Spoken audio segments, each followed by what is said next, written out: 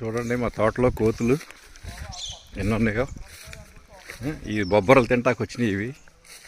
మేము గేదెలకి వేసిన బొబ్బర్లు తింటున్నాయి అవి. చూడండి ఎన్ని వచ్చినాయో.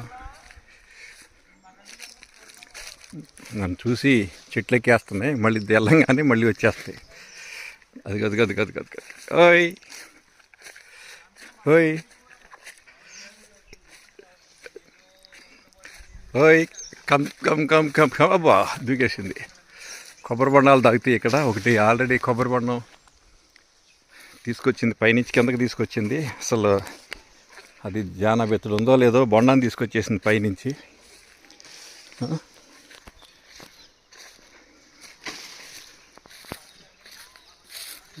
చూడండి అసలు భయం ఉండదు వీటికి.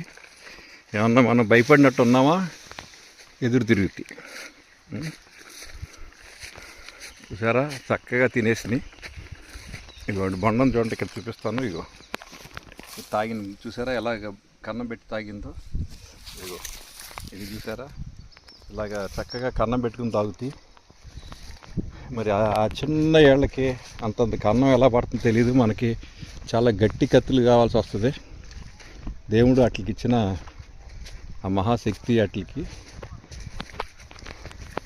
హనుమంతుడు స్వరూపం. చూడండి ఇవన్నీ పైకి ఎక్కేసినాయి. మళ్ళీ మనం వెళ్ళంగానే మీకు అది ఒకటి చూపిస్తాను. కొబ్బరికాయ తీసుకుందే, నన్ను చూసి వెళ్ళిపోయింది.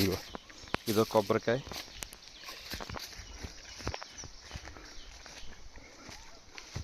చూడండి ఎలాగ ఆడుతున్నాయో ఇక్కడిక్కడే.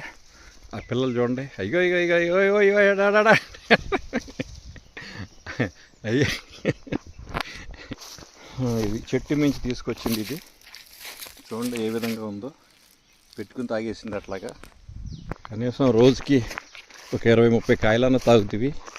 మా నాన్నగారు అప్పటి నుంచి కూడా వాటికి తాగినా కూడా మా నాన్నగారు నవ్వుకుంటూ ఉండేవారు. అందుకనే ఇక్కడే నివాసం ఏర్పరచుకుని చూడండి ఎలా వెళ్ళిపోతుందని నన్ను చూసి.